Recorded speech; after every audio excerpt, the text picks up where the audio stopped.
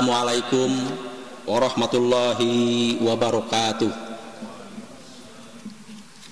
Bismillah, alhamdulillah, wassalatu wassalamu ala rasulillah wa ala alihi wa sahbihi wa mawalah.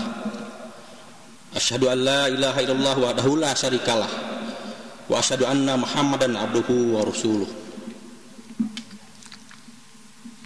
La haula wa la quwata illa billah, amma ba'du. Pertama-tama mari kita panjatkan puji dan syukur kehadirat Allah Subhanahu wa taala yang telah memberikan kita kesempatan untuk berkumpul di tempat ini pada kesempatan yang mulia ini. Dengan rahmat dan karunia-Nya kita sekali lagi diberikan kesempatan untuk menikmati bulan Ramadan yang sebentar lagi kita akan masuk ke pertengahan. Sholawat dan salam mari kita sampaikan kepada baginda Nabi Muhammad Sallallahu Alaihi Wasallam, kepada keluarganya, sahabatnya, tabi'in, dan kepada kita sebagai umatnya. Mudah-mudahan kita diberikan syafaat insyaallah nanti di yaumil akhir. Hadirin yang dirahmati Allah, bulan Ramadan bukan hanya sekedar bulan puasa, tetapi juga merupakan kesempatan emas bagi kita untuk mendekatkan diri kepada Allah Subhanahu wa taala dengan melakukan amal ibadah yang lebih intensif. Di dalamnya terdapat Lailatul Qadar, malam yang lebih baik dari 1000 bulan, yang menjadi momen di mana setiap amal baik akan dilipat gandakan. Di bulan yang penuh keutamaan ini, mari kita tingkatkan ibadah kita, baik puasa, sholat, tadarus, sedekah, maupun berbagai amal ibadah yang lain. Mari kita sama-sama jadikan Ramadan ini sebagai momentum untuk membersihkan jiwa, hati kita dari segala dosa dan kesalahan. Selain itu, bulan Ramadan juga merupakan waktu yang tepat untuk meningkatkan solidaritas dan kepedulian terhadap sesama. Mari kita sama-sama membagi kebahagiaan dengan mereka yang kurang beruntung, memberikan sedekah kepada yang membutuhkan, dan mempererat silaturahmi di antara kita.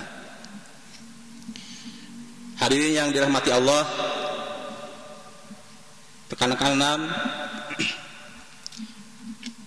kami diberikan tugas untuk memberikan materi urgensi dakwah di kita. Di dalam bulan Ramadan ini juga kita memperbanyak dakwah dengan menyebarkan kebaikan kepada orang lain, berbagi pengetahuan tentang Islam, mengajak orang untuk memahami ajaran-ajaran agama dengan penuh kelembutan dan kebijaksanaan, serta memberikan inspirasi bagi mereka untuk meningkatkan ibadah mereka. Dakwah sebagai salah satu pilar utama dalam agama Islam memegang peranan penting untuk menyebarkan ajaran-ajaran agama kepada umat manusia. Namun dengan perubahan zaman dan kemajuan teknologi, metode dakwah, penyampaian dakwah juga mengalami evolusi. Saat ini kita hidup di era digital, di mana teknologi dan informasi telah menjadi bagian yang tidak bisa dipisahkan dari kehidupan sehari-hari. Berapa jam kita menggunakan alat HP, gadget dalam sehari, menandakan itu adalah ketergantungan bahwa hari ini kita memerlukan informasi yang bersumber dari alat-alat media teknologi. Kadang kalau kita ketinggalan HP saja, itu seperti kita ketinggalan sesuatu yang sangat penting, karena kita hari ini tergantung pada informasi, tergantung kepada sesuatu yang memang dihadirkan dalam teknologi. Ini menjadi evolusi yang luar biasa, termasuk dalam bidang dakwah. Hari ini dakwah mulai ramai di media-media sosial, Artinya mulai dari mimbar dulu dilaksanakan dari mimbar ke mimbar. Hari ini sudah mulai bergeser melalui channel-channel yang ada di media sosial. Tapi inilah fakta bahwa kita berada di dunia teknologi yang sangat pesat dan tidak kita bisa hindarkan. Urgensi dakwah digital sangat penting, mengingat pergeseran paradigma komunikasi dan interaksi manusia ke ranah digital. Berikut beberapa alasan mengapa dakwah digital menjadi sangat penting. Yang pertama adalah aksesibilitas. Dakwah digital memungkinkan pesan-pesan dakwah diakses oleh siapa saja, kapan saja, dan di mana saja, tanpa batasan geografis. Hal ini memungkinkan penyebaran pesan-pesan tentang agama akan secara global sampai kepada penerima. Yang kedua, jangkauan sangat luas. Melalui platform digital seperti media sosial, website, aplikasi-aplikasi dakwah menjangkau audiens yang sangat luas dengan ada fitur-fitur seperti share, retweet, repost dan lain-lain. Pesan-pesan dakwah dengan mudah disebarkan oleh pengguna kepada orang-orang di lingkaran mereka. Hal ini untuk memperluas jangkauan pesan dakwah tersebut. Yang ketiga adalah interaktivitas. Dakwah digital memungkinkan adanya interaksi langsung antara penyebar dakwah dengan audiens. Hal ini memungkinkan adanya diskusi, tanya jawab, dan pertukaran pemikiran secara real time, memperkuat pemahaman dan keterlibatan audiens terhadap pesan-pesan dakwah tersebut. Keempat adalah kreativitas.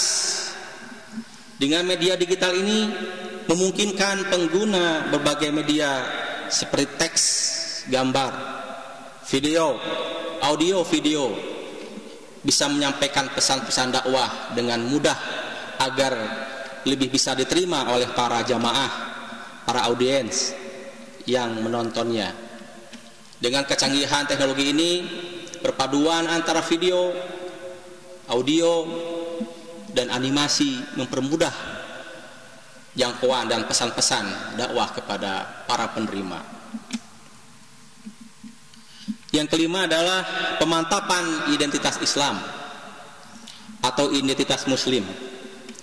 Dakwah digital dapat membantu dalam pemantapan identitas Muslim. Di tengah arus informasi budaya pop yang luar biasa di dunia digital ini, melalui konten-konten dakwah yang berkualitas, penggunaan media sosial digunakan untuk hal-hal yang bermanfaat, dan interaksi dengan komunitas muslim secara online, individu dapat memperkuat identitas keislamannya. Artinya, dengan media ini kita bisa memperkuat jati diri bagaimana seorang muslim, menampilkan seorang muslim mulai dari akhlaknya, mulai dari perilakunya, dan itu bisa menandakan bahwa Islam adalah agama yang damai, agama yang sangat menjunjung tinggi kehormatan. Ini juga bisa disampaikan melalui dakwah-dakwah digital, karena hari ini dunia masih ada bahwa muslim adalah kelompok-kelompok radikal. Selanjutnya adalah respon terhadap tantangan kontemporer. Dakwah digital juga memungkinkan respon yang cepat dan tepat terhadap tantangan-tantangan kontemporer yang dihadapi umat Islam. Melalui platform digital, para dai, aktivis dakwah dapat menyampaikan pandangan-pandangan dan solusi terkait isu-isu radikalisme, Islamofobia, dan tantangan sosial lainnya. Pergerakan manusia di dunia salah satunya adalah melalui media. Kita contoh kemarin Palestina digempur oleh Israel, disampaikan ke berbagai penjuru dan membangkitkan semangat untuk membela Palestina. Ini adalah bagian dari pesan-pesan dakwah, pesan-pesan melalui digital. Kita bisa mendapatkan informasi apapun hari ini melalui HP kita, melalui medsos kita. Kita betul-betul sudah sangat ketergantungan, tapi disitulah kita mendapatkan informasi. Mari kita sama-sama introspeksi diri. Berapa persen penggunaan media digital ini digunakan untuk kebaikan, untuk dakwah, atau kita hanya sebesar sekedar men-share ulang atau repost bahasanya, atau kita hanya sebagai penerima saja. Mari kita introspeksi sama-sama, karena media ini ibaratnya pisau yang tajam. Kalau digunakan dengan baik, maka akan banyak manfaatnya. Tapi kalau digunakan dengan tidak baik, hoax, fitnah disebarkan, ini malah menjadi hal yang tidak berguna sama sekali. Hadirin yang dirahmati Allah Subhanahu wa taala,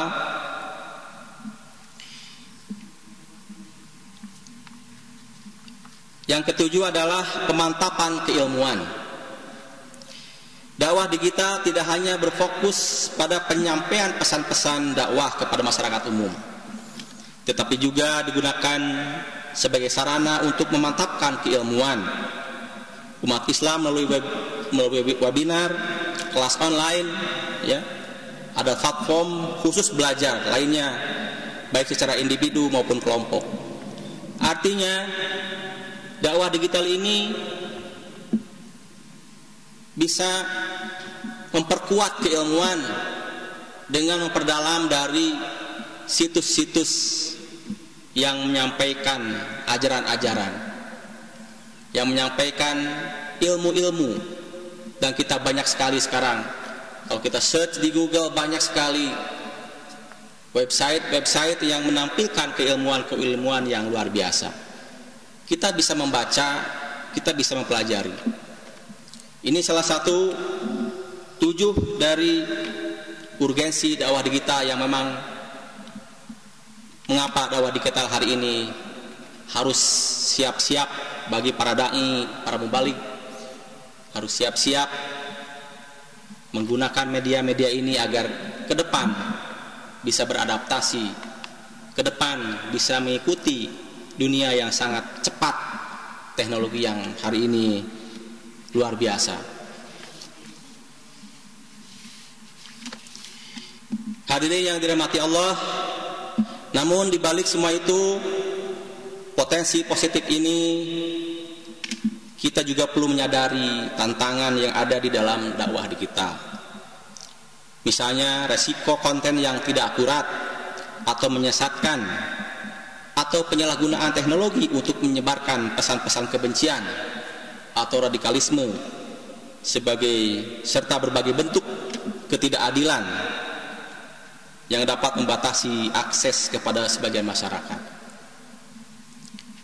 Sebagai muslim, kita harus pandai-pandai dalam menerima pesan-pesan, berita-berita, apakah ini benar atau tidak, hoax atau bukan. Kita bisa mencerna dengan hati yang paling bersih. Kalau memang itu tidak pas, tidak baik, maka janganlah disebar, maka simpanlah. Tetapi kalau ini kebaikan, sebarkanlah. Mudah-mudahan menjadi amal kita sebagai muslim dalam menggunakan media sosial. Untuk itu, kita sebagai muslim harus mampu memanfaatkan dakwah digital ini dengan bijak, dan bertanggung jawab. Kita perlu menghasilkan konten-konten yang berkualitas, akurat dan bermanfaat bagi masyarakat luas. Kita juga harus mengembangkan literasi agar dapat membedakan antara informasi yang benar dan tidak, serta menghindari penyalahgunaan teknologi untuk hal-hal yang merugikan. Dengan demikian, mari kita sama-sama memanfaatkan potensi dakwah digital ini untuk menyebarkan ajaran-ajaran Islam yang damai, menyebarkan cinta dan kasih sayang, serta memperkuat hubungan antara sesama manusia. Mari kita jadikan teknologi sebagai alat untuk mendekatkan diri kepada Allah Subhanahu wa taala dan memberikan manfaat bagi kita semua. Akhir kata, saya mengajak kita semua untuk terus memperkuat komitmen kita dalam berdakwah, baik di dunia nyata maupun di dunia maya, demi terwujudnya masyarakat yang lebih baik dan harmonis. Demikian ceramah singkat, mudah-mudahan ada manfaatnya. Mohon maaf apabila ada hal-hal yang tidak berkenan. Wallahu muwaffiq ila aqwamit thoriq. Wassalamualaikum warahmatullahi wabarakatuh.